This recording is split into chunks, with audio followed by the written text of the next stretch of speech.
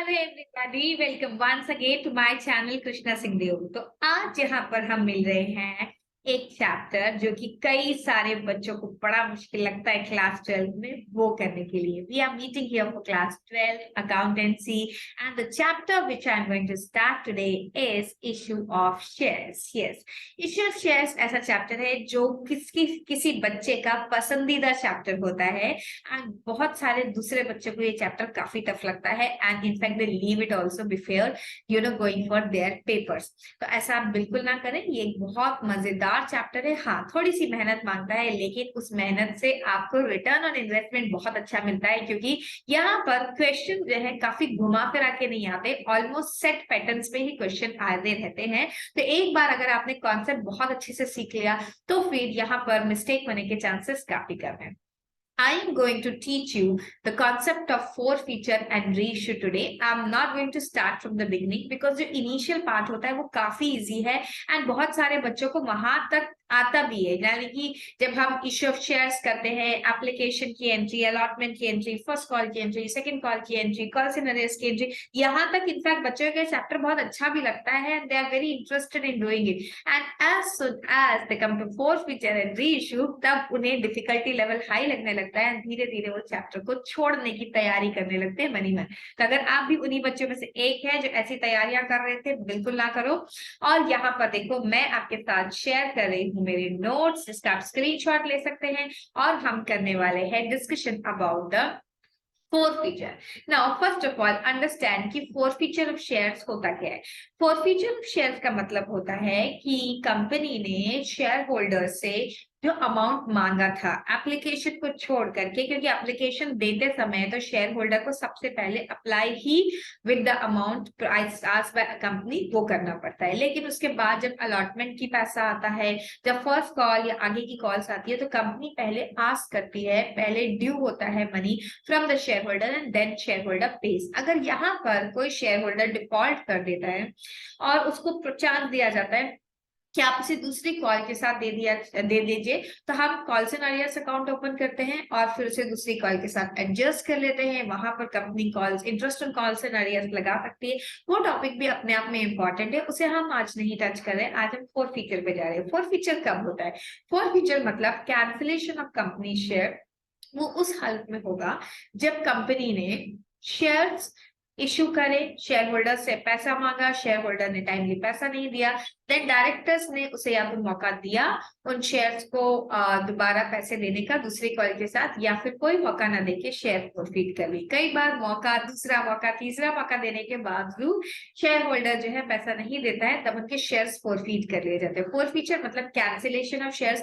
अभी तक जितना पैसा दिया था, for example one person had some shares और उन्होंने एप्लीकेशन मनी दे दी, अलॉटमेंट मनी दे दी, लेकिन कॉल्स की मनी वो पे नहीं कर पाए, तो उन्हें कोई भी पैसा वापस नहीं किया जाएगा। whatever money they had given on application and allotment, that amount will be confiscated by the company, means forfeited by the company, and उनके शेयर्स कैंसिल कर दिए जाएंगे और फिर बाद में इन शेयर्स को रीइश्यू किया जाता है।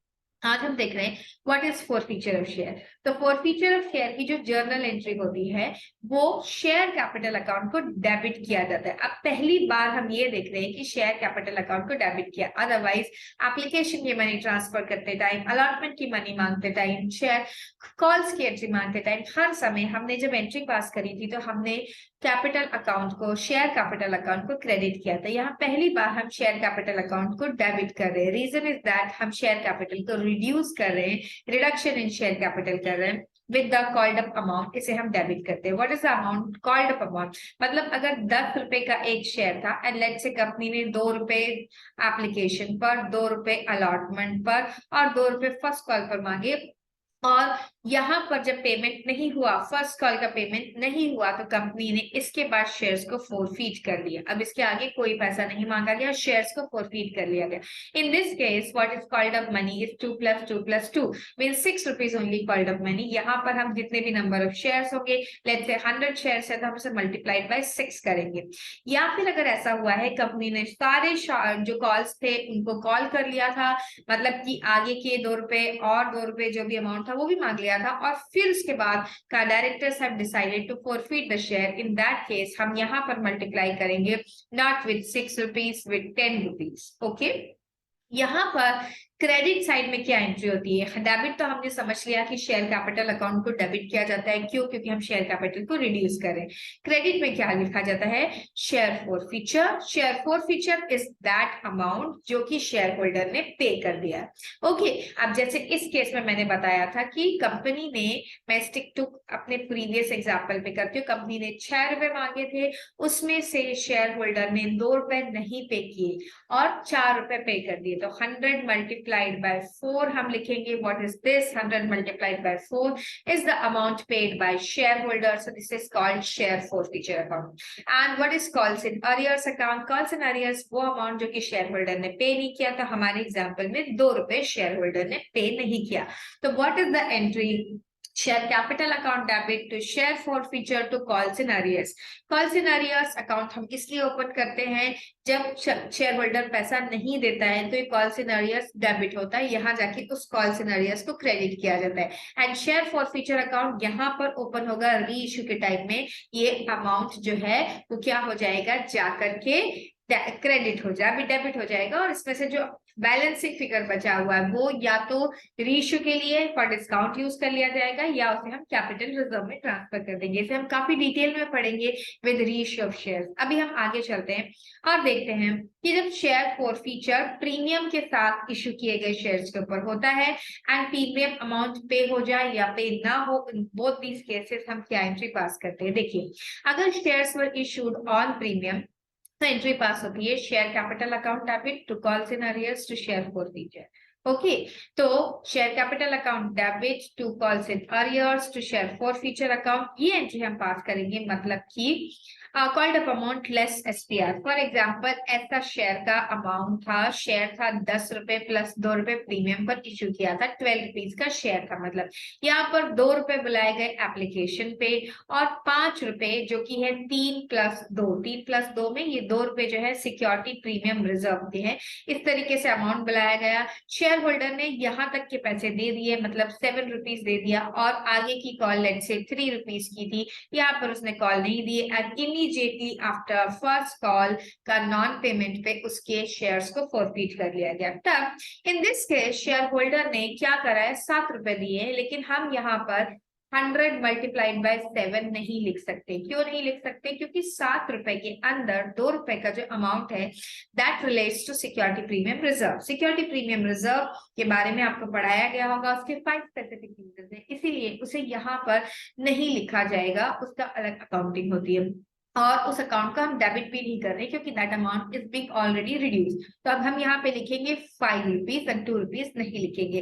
कॉल्स इन अरियर्स जितना अमाउंट रिसीव हुआ था वो amount not receive, sorry, and the forfeiture account the amount which is being received उसे लिखेंगे। लेकिन यहाँ पर भी हमें याद रखने हैं कि हम जब 7 रुपए लिख रहे हैं तो, अच्छा सॉरी, मैंने यहाँ पर आपको लिख दिया है 7 रुपीज, 7 नहीं था ये, 7 प्लस 3 10 रुपीज, तो मुझे यहाँ पर करना चाहिए था 10 माइनस 7, यहाँ पर आएगा आंसर जो है मेरे पास 10 माइनस 3, सॉरी 10 माइनस 3 7 रुपीज। कैसे कि हमने कंपनी ने मतलब कितना अमाउंट बुलवाया था, कंपनी ने अमाउंट बुलवाया था 7 रुपए यहाँ पर, जिसमें कि 2 रुपए प्रीमियम का इंक्लूडेड था और 3 रुपए यहाँ पर। ओके, तो कंपनी ने अभी तक कितना अमाउंट कॉल किया है? कंपनी ने अमाउंट जो कॉल किया है वो है 5 प्लस 2 7 8 9 10, लेकिन 10 रुपए में से 2 रुपए बिलोंग को करता है किसको? प्रीमियम को। तो 10 रुपए में से 2 रुपए हटा करके, फिर से गड़बड़ हो गई थी, उसे ठीक कर रही हूँ, यहाँ पर 8 रुपए लिखा जाएगा। तो 100 मल्टीप्लाइड बाय 8 लिखेंगे because that is the amount which belongs to share capital. यहाँ पर हम 10 नहीं लिखेंगे क्योंकि 10 में से 2 rupees belongs to security premium reserve. Calls in arrears जो अमाउंट पे नहीं किया गया, अब जो अमाउंट पे कर दिया आप बोलेंगे 7 रुपए। 7 रुपए is not the amount which is being paid, क्योंकि 100 रुपए मल्टीप्लाइड बाय 7 करने का मतलब है हम यहाँ पे सिक्योरिटी प्रीमियम रिजर्व को भी लिख रहे हैं, जबकि security premium reserve is being paid by the share holder. तो हम इसमें से क्या माइनस कर देंगे? सिक्योरिटी प्रीमियम रिजर्व का अमाउंट माइनस कर देंगे एंड 5 मल्टीप्लाइड बाय 100 ही लिखेंगे। I hope you are getting it clear. जब प्रीमियम रिसीव नहीं होगी तब एंट्री क्या पास होगी? In that case share capital account भी डेबिटेड। अगर मैं प्रीवियस एग्जांपल पे ही जाऊं कि 2 रुपए कहाँ पर मांगा गया था, 2 रुपए मांगा गया था एप्लीकेशन पे, 5 रुपए अलॉटमेंट पर मांगा गया था विच वॉज 3 + 2 एंड 3 रुपीज। या फॉर एग्जाम्पल शेयर होल्डर ने ये नहीं दिया, शेयर होल्डर ने ये अमाउंट भी नहीं दिया और उसके शेयर्स को फोरफीट कर लिया गया, इसका मतलब शेयर होल्डर ने सिर्फ 2 रुपए दिए हैं। ओके, तो अगर मैं कॉल्स एंड अरियर्स अकाउंट की बात करूं तो 100 मल्टीप्लाइड बाय 2 लिखूंगी क्योंकि उसने सिर्फ 2 रुपए, sorry calls and share forfeiture की बात करूं तो सिर्फ 2 रुपए इज बीइंग पेड, तो यहाँ पर आ जाएगा 200 रुपए। कॉल्स एंड अरियर्स की बात करूं तो 5 + 3 8 रुपए शेयर होल्डर ने पे नहीं किए, यहाँ पे हम लिखेंगे 800 रुपीज। यहाँ पर क्या लिखा जाएगा? यहाँ पर वो अमाउंट लिखा जाएगा जो कॉल्ड अप है। कॉल्ड अप कितना है? 5 + 2, 5 + 2 is 7, 8, 9, 10, 10 रुपए। लेकिन 10 रुपए में 2 रुपए प्रीमियम को बिलोंग करता है, तो 10 - 2 मतलब 8 मल्टीप्लाइड बाय 100 करेंगे, यहाँ पर अमाउंट जाएगा 800 आ जाएगा। एंड प्रीमियम कितने का था? 2 रुपए का, और सिक्योरिटी प्रीमियम रिजर्व हमें क्या करना पड़ेगा? डेबिट, मतलब कि 100 मल्टीप्लाइड बाय 2, 200 यहाँ पे हमें डेबिट करना पड़ेगा। कुछ इस तरीके से हम एंट्री पास करेंगे। आई अंडरस्टैंड दैट कि अभी आपको शायद उतना अच्छे से समझ में नहीं आ पा रहा होगा, तो हम चलते हैं और कुछ क्वेश्चंस देखते हैं। देखिए, सबसे पहला क्वेश्चन जो मैं आपके सामने लेके आ रही हूँ, this is a small example. Okay, और अब जो छोटे छोटे एग्जाम्पल हैं वो भी इक्वली इंपॉर्टेंट है क्योंकि आपका जो क्वेश्चन पेपर पैटर्न है दैट इज बीइंग चेंज। सो देखिए, क्वेश्चन है x who is being allotted 400 shares failed to pay allotment money of ₹3 per share and his shares were forfeited. Face value of share is 10 rupees and the amount payment along with application is 2 rupees. तो कुछ इस तरीके से company ने shares मांगे थे, application money मांगी थी 2 रुपीज पर शेयर, अलॉटमेंट थी 3 रुपीज एंड उसके बाद आगे के 7 रुपए, यहाँ पर हो गए 5 रुपए, आगे ये 5 रुपए मांगे गए होंगे। लेकिन उसके shares were forfeited here itself, मतलब कि कंपनी ने सारे अमाउंट बुला करके फिर उसके शेयर को फॉरफिट नहीं किया, यहीं पर immediately after non payment of allotment money his shares are being forfeited. अब हम फॉरफिचर की एंट्री पास करेंगे, तो क्योंकि इस क्वेश्चन में कोई एसपीआर नहीं है तो एसपीआर तो नहीं आने वाला। एंट्री पास होगी share capital account debit with the called up money to calls and arrears and to share forfeiture account. याद रखिए, शेयर फॉरफिचर के सामने वो वाला अमाउंट आता है which is being paid by the share holder. तो 100 शेयर्स, 400 शेयर्स थे एक्स के पास और उसने सिर्फ 2 रुपए एप्लीकेशन के दे दिए थे, ठीक है, तो 800 रुपीज इस तरीके से आ गया। क्या उसने पे नहीं किया था? उसने अलॉटमेंट मनी पे नहीं करेगी, तो 400 मल्टीप्लाइड बाय 3, 1200 रुपीज यहाँ पर आ गया। That is the amount of allotment money which is not being paid. और अगर मैं बात करूं कि कंपनी ने कितना रुपए अभी तक कॉल किया था, तो ऑब्वियसली 3 + 2, ये 5 रुपीज कैसे आया? 3 + 2 total 5 rupees is being called by the company, तो 400 मल्टीप्लाइड बाय 5, इस तरीके से हम एंट्री पास करेंगे of share forfeiture. And now let's see if shares are being reissued on premium but premium money receive हो गई है तो कैसे एंट्री पास करनी है। ये देखिए, another example, Y Limited issued 200 shares to Mr. A of ₹10 each at a premium of 2 rupees per share. The calls were made as follows. क्या है? 2 रुपए per share on application, ₹5 per share on allotment which is including premium. तो इसका मतलब ये 3 + 2 है। ₹5 on first and final call, एक ही call है, फर्स्ट एंड फाइनल कॉल के ऊपर ₹5 is being asked. Mr. A failed to pay first call and his shares were forfeited by the company. तो हम एंट्री कैसे पास करेंगे?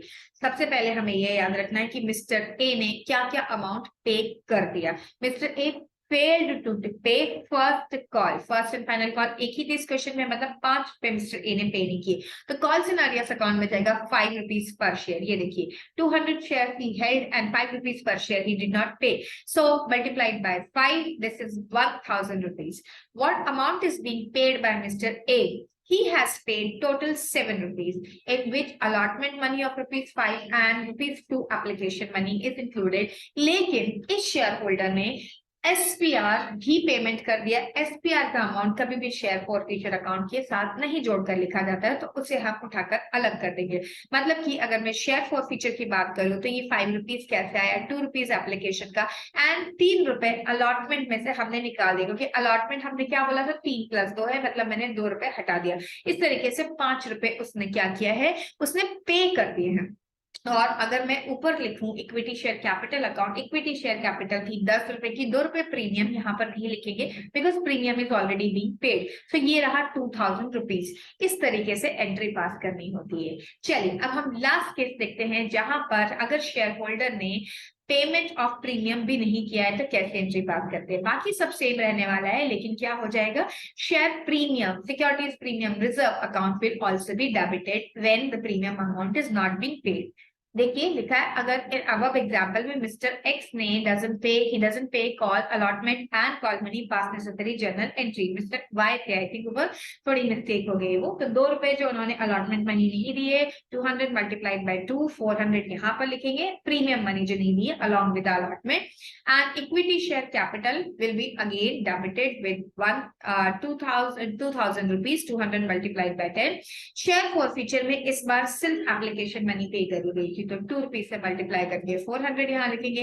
एंड कॉल सिनेरियोस के अंदर हम अलग अलग नहीं करते हैं, सिक्योरिटी प्रीमियम रिजर्व के अकाउंट को भी जोड़ लिया जाएगा एंड आगे के अमाउंट को भी जोड़ लिया जाएगा। तो 10 रुपीज उन्होंने पे नहीं किए, 10 रुपीज कैसे हो गया, 5 रुपीज अलॉटमेंट का and another 5 rupees of first call का। तो इस तरीके से एंट्री स्टार्ट कर दी है।